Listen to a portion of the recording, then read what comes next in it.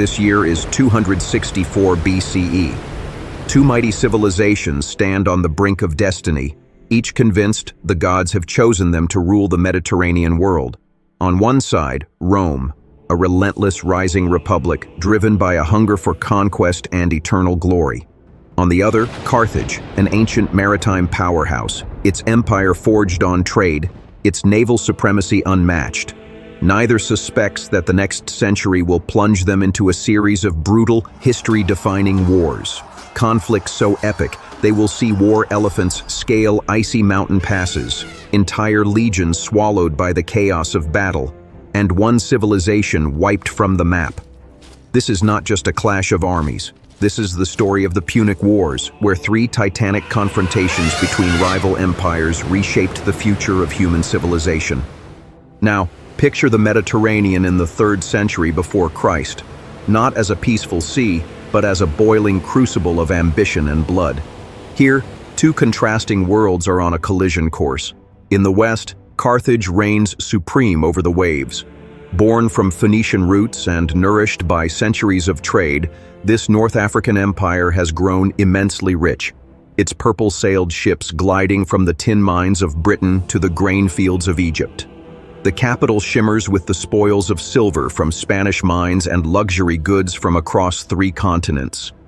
But beneath the surface of its glittering prosperity lies a dangerous fragility.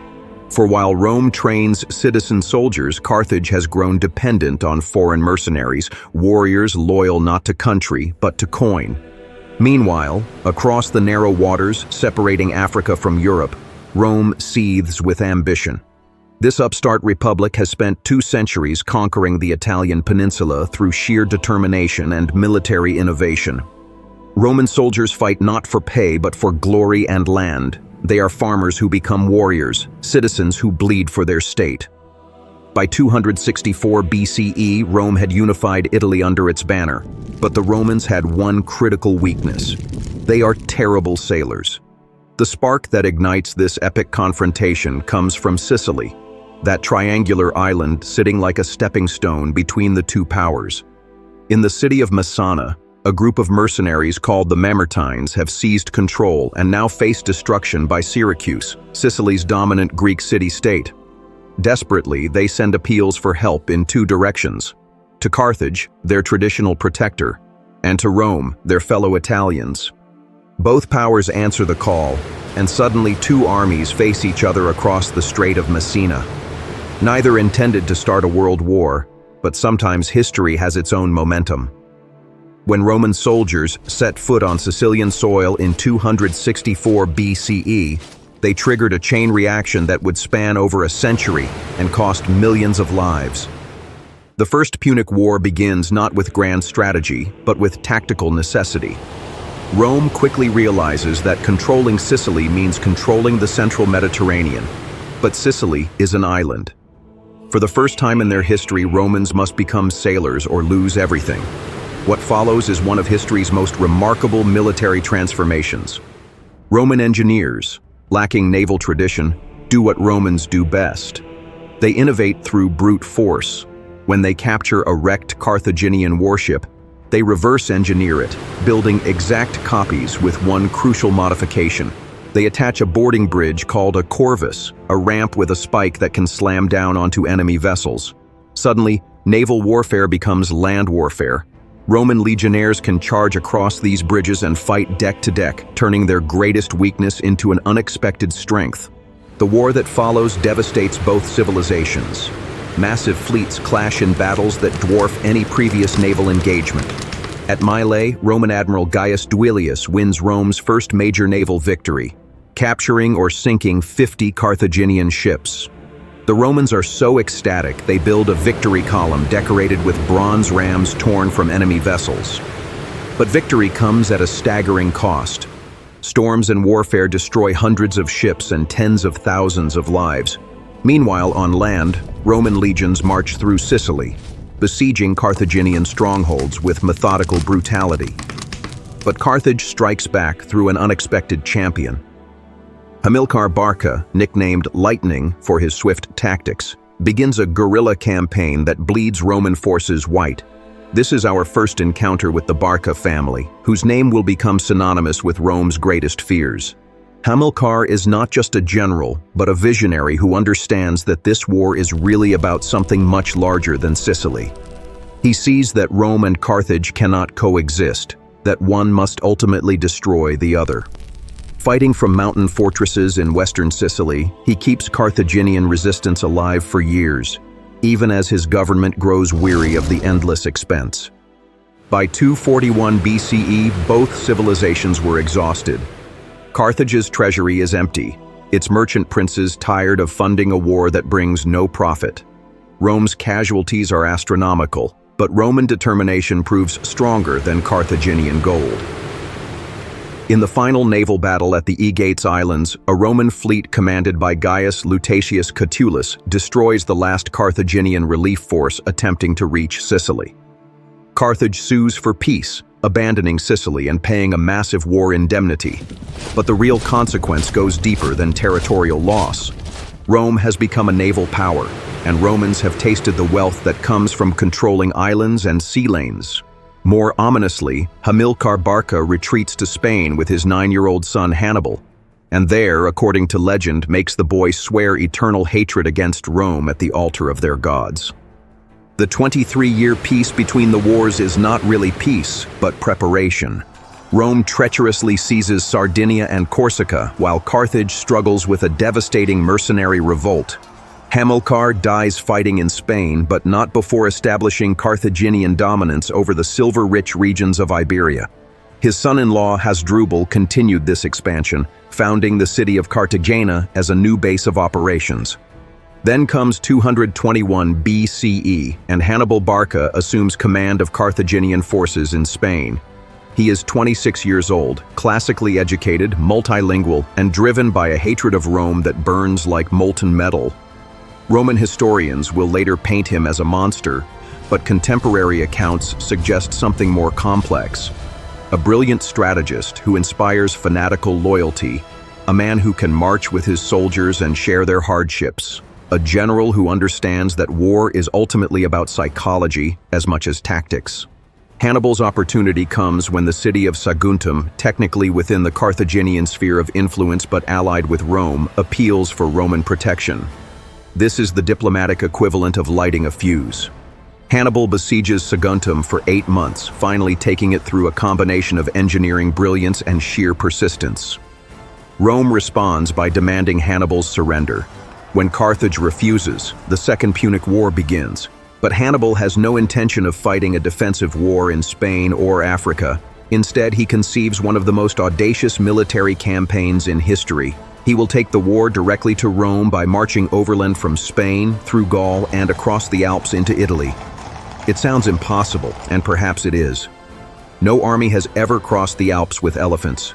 No general has ever attempted to sustain a campaign so far from home without naval support. Yet in the spring of 218 BCE, Hannibal began his march with perhaps 90,000 infantry, 12,000 cavalry, and 37 war elephants. These elephants are not the massive African bush elephants we might imagine, but smaller North African forest elephants, trained for war and capable of terrifying enemies who have never seen such creatures. The psychological impact of these beasts charging into battle lines cannot be overstated.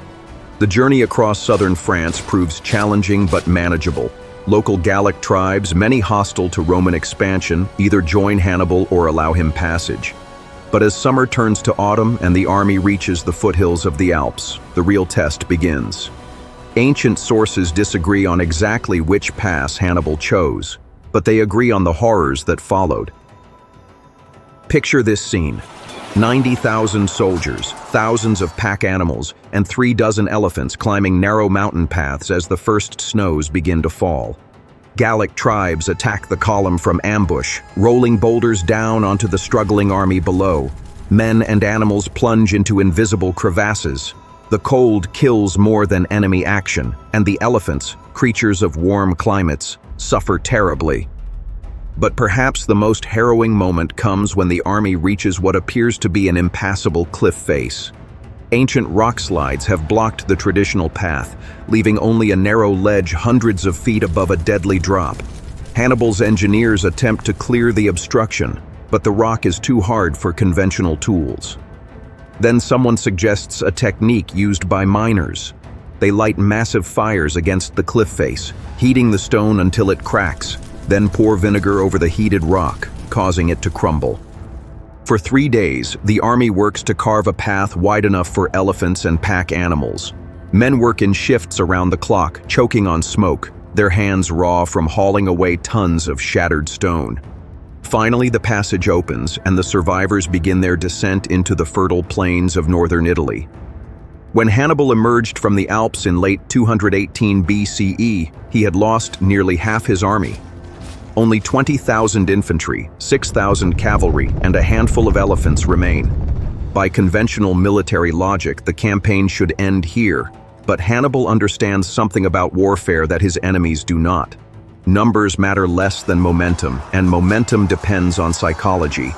His first victory comes at the Trebia River, where he lures a Roman army commanded by Tiberius Sempronius into a brilliantly executed ambush.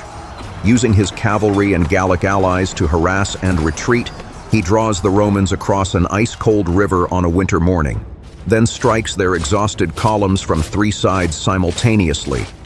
20,000 Romans die in the slaughter that follows. More importantly for Hannibal, Gallic tribes across northern Italy begin to see which way the wind is blowing and flock to his banners. The next year brings an even more stunning demonstration of Hannibal's tactical genius.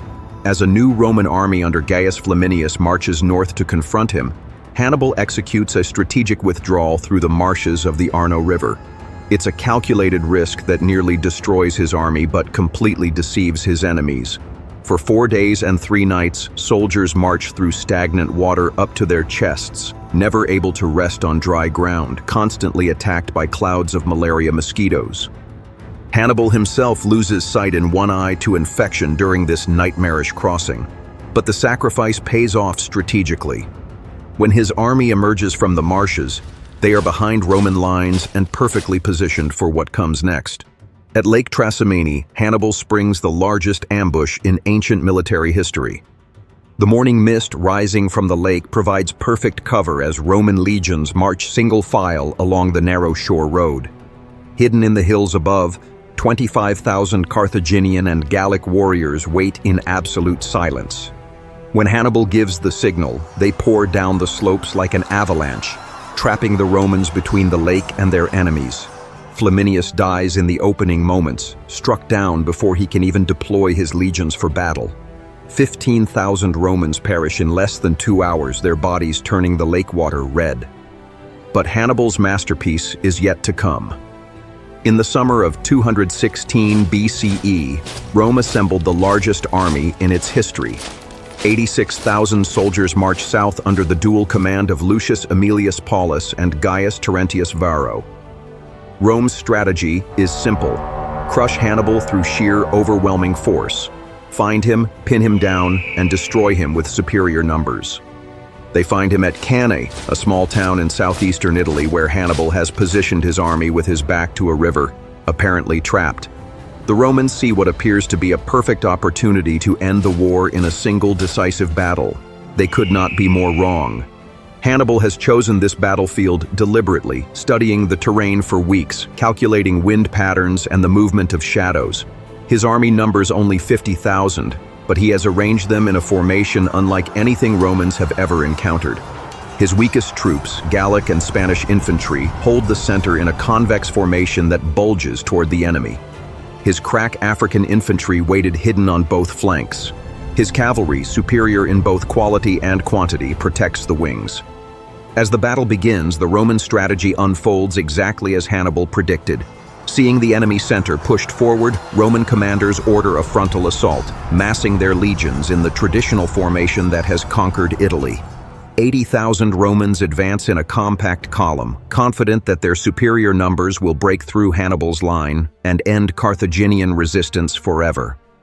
But as the Roman wedge drives forward, something unprecedented happens. Hannibal's center begins to bend backward under pressure, but it does not break.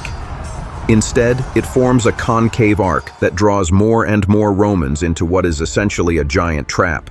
Meanwhile, the hidden African infantry on both flanks suddenly reveals itself, wheeling inward to attack the Roman column from both sides simultaneously. The psychological impact is devastating. Romans who moments before thought they were winning suddenly find themselves surrounded and under attack from three directions. Panic spreads through the tightly packed legions faster than fire through dry wheat. Men cannot turn to face new threats because their comrades block every movement. The formation that was meant to be their strength becomes their death sentence. What follows is not a battle, but a massacre. For 8 hours, Carthaginian forces systematically destroy the largest army Rome has ever fielded. Contemporary accounts describe Romans packed so tightly they cannot raise their weapons to defend themselves. The ground becomes so slippery with blood that men cannot keep their footing. By sunset, 70,000 Romans lie dead on the field of Cannae, including Paulus and most of Rome's senior military leadership. Among the dead are 48 military tribunes, men who represent the cream of Roman aristocracy. 80 senators perish, leaving Rome's governing class devastated. Hannibal's casualties number fewer than 6,000. In terms of casualties relative to force size, Cannae remains the most complete tactical victory in military history. News of the disaster reaches Rome as refugees pour into the city with tales of unimaginable slaughter. Panic spreads through the streets. Mothers weep for sons who will never return. The Senate meets in an emergency session behind closed doors.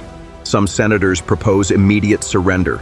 Others suggest abandoning the city entirely and fleeing to Sicily or Sardinia.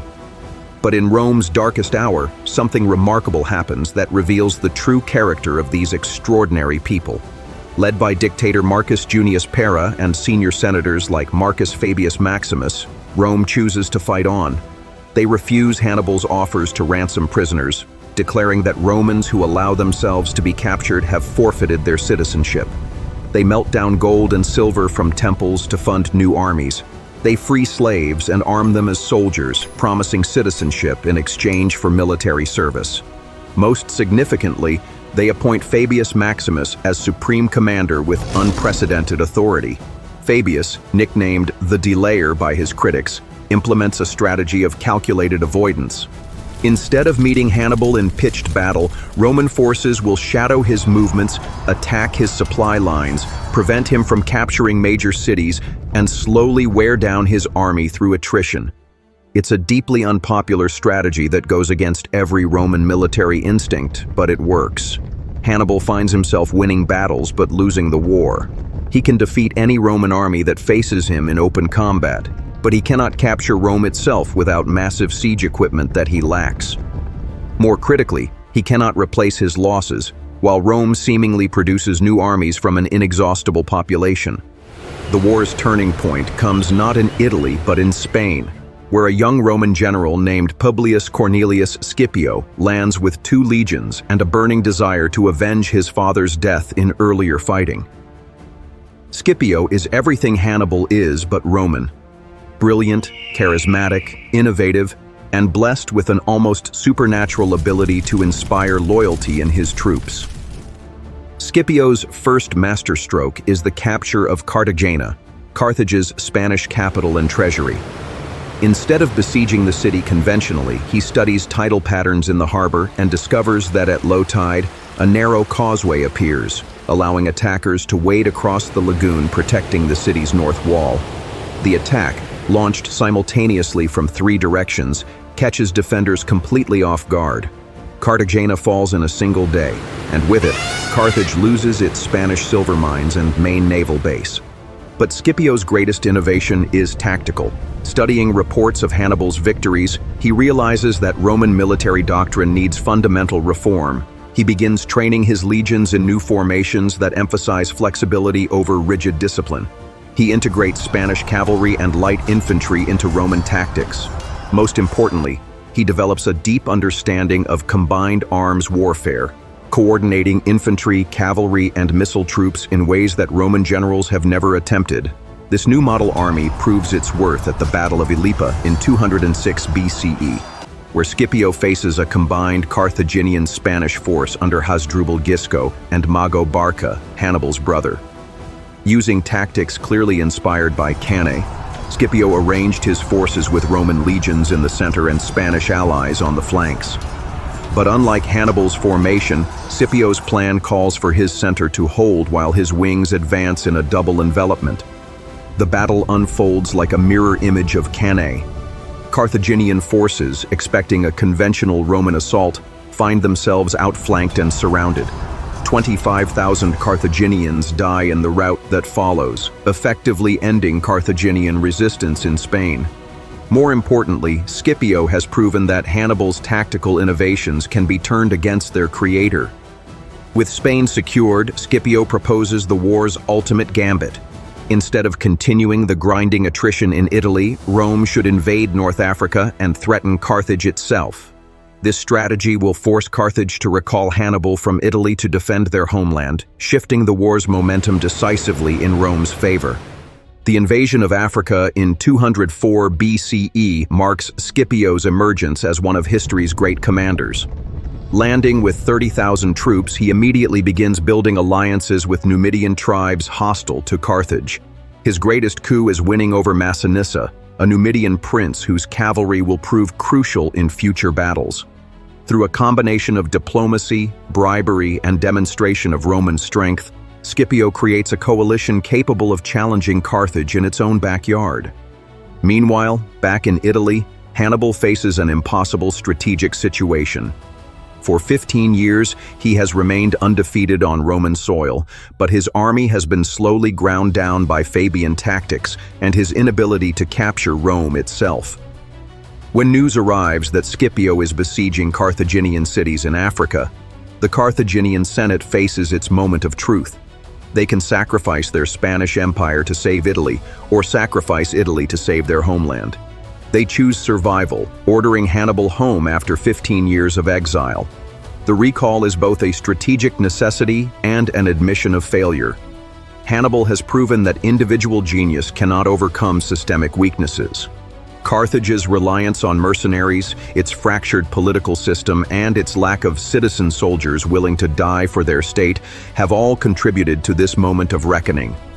The final confrontation came in 202 BCE at Zama, a small town southwest of Carthage. Hannibal commands 50,000 men, including his veterans from Italy and fresh recruits hastily trained for this climactic battle. But his greatest weapons, the war elephants, have become a liability. Scipio has studied elephant tactics for years and developed countermeasures that turn these beasts against their masters.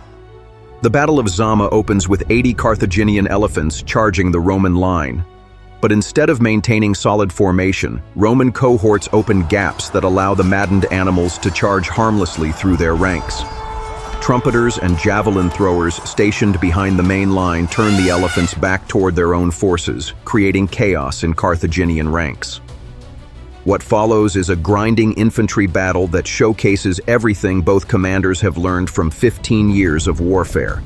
Hannibal's first line, composed of mercenaries and fresh recruits, crumbles under Roman pressure. His second line, veteran Carthaginians, holds longer but eventually breaks.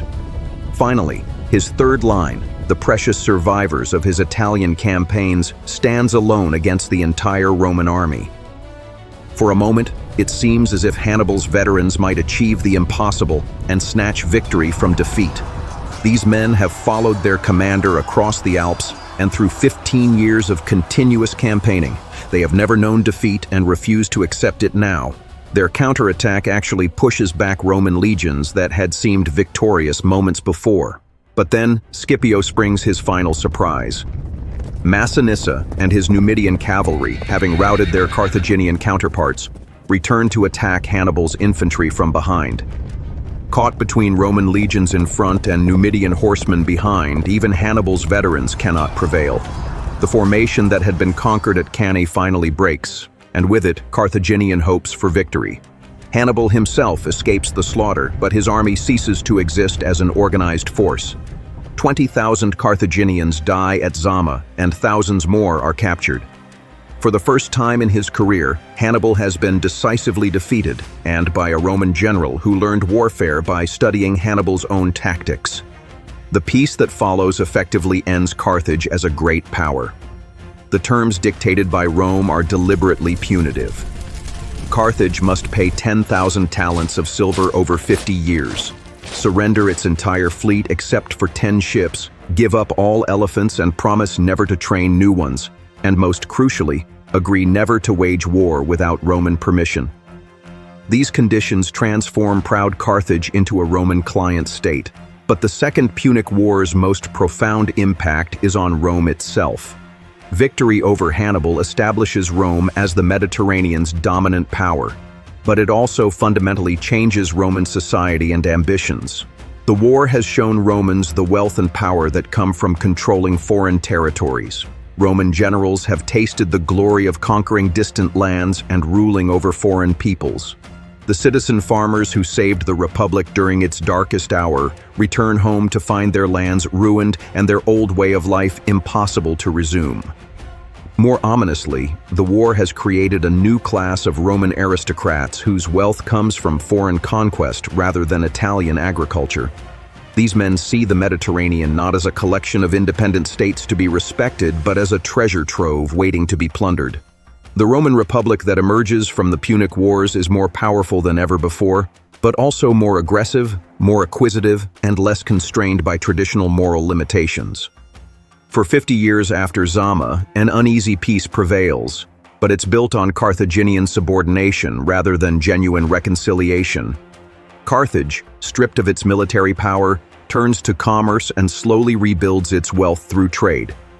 Ironically, this economic recovery alarms Romans even more than Carthaginian military strength had. How can Rome remain supreme if its defeated enemies become prosperous again? The voice of this growing paranoia belongs to Marcus Porcius Cato, known as Cato the Elder, a man whose hatred of Carthage burns with religious intensity. Cato represents a particular type of Roman, fiercely conservative, suspicious of foreign influence, convinced that Rome's greatness depends on maintaining the simple virtues of its agricultural past. To Cato, Carthage represents everything dangerous about the wider world: luxury that corrupts Roman simplicity, wealth that breeds softness, foreign ideas that threaten traditional values. Starting around 153 BCE, Cato began ending every speech in the Senate regardless of topic with the same phrase, Carthago delenda est. Carthage must be destroyed, not defeated, not conquered, not subordinated, destroyed utterly and completely. This is not military strategy, but genocidal ideology, and it gradually infects Roman thinking like a virus. The Third Punic War began in 149 BCE over what should have been a minor border dispute. Carthage, facing attacks from Numidian allies of Rome, defends itself without seeking Roman permission first. Technically, this violates the treaty ending the Second Punic War, giving Rome a legal pretext for war. But the real motivation goes deeper than legal technicalities. Rome has decided that Carthage must cease to exist not because of any current threat, but because of what it represents.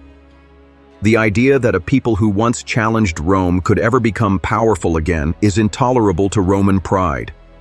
This war is not about security or strategy, but about the complete annihilation of a rival civilization. The Roman army that landed in Africa in 149 BCE commanded overwhelming superiority. 80,000 legionnaires face a Carthaginian population that has been disarmed for decades and lacks any military leadership comparable to Hannibal or his generation. The war should end quickly with Carthaginian surrender and Roman victory. Instead, it lasts 3 years and requires some of the most brutal siege warfare in ancient history. The reason for this unexpected resistance is simple. Romans have made clear that they intend not just conquest, but extermination. When Carthaginian envoys come to negotiate surrender, Roman commanders demand that the population abandon their city entirely and resettle at least 10 miles inland, effectively ending Carthage's existence as a maritime power. Faced with cultural annihilation disguised as mercy, Carthaginians choose to fight to the death rather than accept slow extinction. What follows is siege warfare at its most horrific. Carthage's walls, 35 feet high and 30 feet thick, seem impregnable to conventional assault. Roman engineers begin building a massive siege mound, carrying millions of tons of earth and stone to create an artificial hill that will allow attackers to reach the wall's top. Carthaginian defenders respond by digging tunnels under the mound, propping up the excavated space with wooden beams, then burning the supports to collapse entire sections. For 3 years, the siege becomes a contest of engineering and endurance. Romans build their mound higher, and Carthaginians tunnel deeper. Roman catapults hurl massive stones at the walls, and Carthaginian engineers repair the damage each night. Roman ships blockade the harbor, and Carthaginian craftsmen secretly build a new fleet in hidden shipyards, then launch it in a surprise attack that nearly breaks the siege entirely. The turning point comes in 147 BCE when Rome appoints Publius Cornelius Scipio Aemilianus, grandson by adoption of the great Scipio Africanus, as commanding general. The younger Scipio brings both tactical brilliance inherited from his family and the ruthless determination needed to finish what Cato has started. Scipio's first innovation is completing the naval blockade by building a massive artificial mole across the harbor mouth, essentially sealing Carthage off from the sea. This engineering marvel, constructed under constant enemy fire, finally cuts off the city's last lifeline to the outside world. Slowly, relentlessly, starvation begins to accomplish what 3 years of assault could not. The final assault began in the spring of 146 BCE. Roman legions pour over the walls at multiple points simultaneously, but instead of finding a quick victory, they encounter the most desperate urban warfare in ancient history. Carthaginians have turned their city into a fortress, barricading every street, fortifying every building, determined to make Romans pay in blood for every block they take. For 6 days and nights, Romans fought house to house through Carthage's narrow streets. Defenders pour boiling oil from rooftops and hurl stones from upper windows. Women and children fight alongside men, knowing that capture means slavery or death. The city burns as siege engines and incendiary weapons turn entire districts into furnaces. The harbor fills with corpses, and the streets run red with blood from both sides. On the 7th day, the last Carthaginian defenders retreat to the temple of Eshmun, their god of healing, in a final gesture of defiance. Here, Hasdrubal, the last Carthaginian commander, finally surrenders to save his own life, but his wife and children choose death over slavery. In full view of both armies, she throws her children into the burning temple, then leaps after them into the flames. The destruction of Carthage in 146 BCE is so complete that later Romans will claim their forces literally plowed salt into the soil to prevent anything from ever growing there again. This is probably a myth, but it captures the psychological truth of what happened. An entire civilization, 600 years of accumulated culture, art, literature, and learning, vanishes in a week of systematic destruction. 50,000 Carthaginian survivors are sold into slavery. The city's buildings are demolished stone by stone. Its harbors are filled with rubble. Its libraries are burned or given away to African kings who likely cannot read them. The very name Carthage is forbidden, replaced by the Roman designation Africa Province. It is genocide disguised as military victory, and it establishes a template for how Rome will treat enemies who dare to resist too effectively. But even as Romans celebrate their complete victory, thoughtful observers understand that something has been lost as well as gained. The Carthage that Rome destroyed was not the military threat of Hannibal's era, but a commercial state that posed no military danger whatsoever. The war was fought not from necessity, but from choice, and that choice reveals something deeply troubling about what Rome has become. The historian Polybius, present at Carthage's destruction, records that Scipio Aemilianus wept as he watched the city burn. When asked why he mourned his victory, Scipio reportedly quoted Homer, saying he feared that someday another conqueror might stand where he stood and watch Rome itself burning. This moment of prophetic melancholy suggests that some Romans understood the moral cost of their triumph. The Punic Wars end with Rome's complete victory, but they also mark the beginning of a new and more dangerous phase in Roman history. The republic that emerges from these conflicts is no longer a federation of Italian city-states, but a Mediterranean empire built on conquest and exploitation. Roman armies that learned their trade fighting Hannibal will spend the next century conquering Greece, Asia Minor, Syria, and eventually Egypt, bringing the entire civilized world under Roman rule. But the empire changes the conqueror as well as the conquered. The Roman Republic's democratic institutions, designed for a city-state, prove inadequate for governing a vast empire. The citizen farmers who won the Punic Wars return home to find their lands ruined and their political voice diminished by wealth accumulated through foreign conquest. Within a century of Carthage's destruction, the Roman Republic will collapse into civil war, eventually giving way to the autocratic empire of Augustus Caesar. The Punic Wars also establish precedents for imperial warfare that will echo through subsequent centuries. The concept of total war, where victory requires not just military defeat but complete destruction of enemy civilization, becomes a Roman specialty. The use of overwhelming force against resistant populations, the systematic enslavement of conquered peoples, and the elimination of potential rivals through preemptive war all become standard Roman practices refined during the Carthaginian conflicts. Perhaps most significantly, the Punic Wars demonstrate how individual genius can influence but not ultimately determine historical outcomes. Hannibal was arguably the finest military tactician in ancient history, a man whose strategic vision and battlefield innovations influenced warfare for centuries. Yet he could not overcome the systemic advantages that Rome possessed: a larger population, more reliable allies, greater industrial capacity, and political institutions that remained stable under extreme pressure. The wars also reveal how technological and tactical innovations spread through conflict. Roman naval technology, developed desperately during the First Punic War, gives them control of the Mediterranean for the next 5 centuries. Hannibal's combined arms tactics and use of battlefield psychology influence military thinking well into the modern era. The siege engineering developed during the destruction of Carthage provides templates for Roman conquest of fortified cities across 3 continents. Today, 21 centuries after Hannibal crossed the Alps, the Punic Wars remain relevant because they illustrate timeless patterns in the rise and fall of civilizations. They show how military innovation can temporarily overcome material disadvantages, how economic systems influence military capabilities, and how political institutions either survive or collapse under the pressure of extended conflict. They also demonstrate the terrible cost of total victory.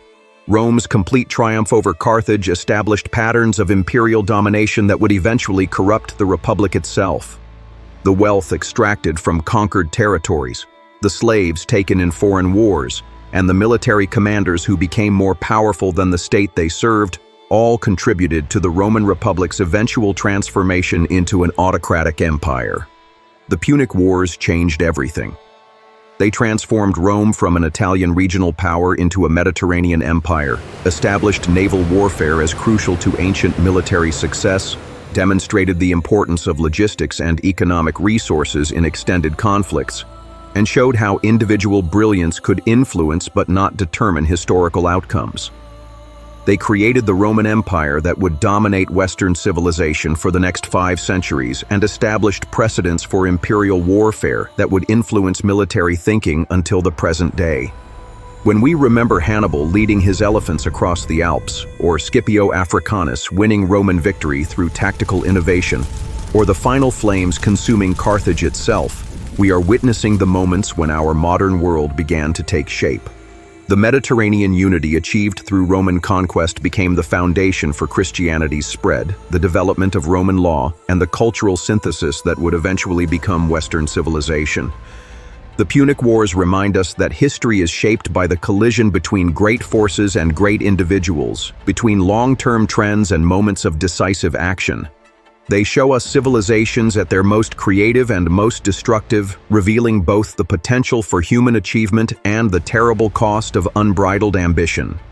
In the end, they teach us that victory and defeat, triumph and tragedy are often separated by margins so thin that they can only be measured in the choices made by individuals under the ultimate pressure of war, survival, and the desire to shape history itself. If this journey through the origins of warfare intrigued you, make sure to hit that like button, subscribe to the channel, and follow us for more deep dives into the moments that shaped human history. Until next time, stay curious, stay bold, and keep exploring the past to understand the present.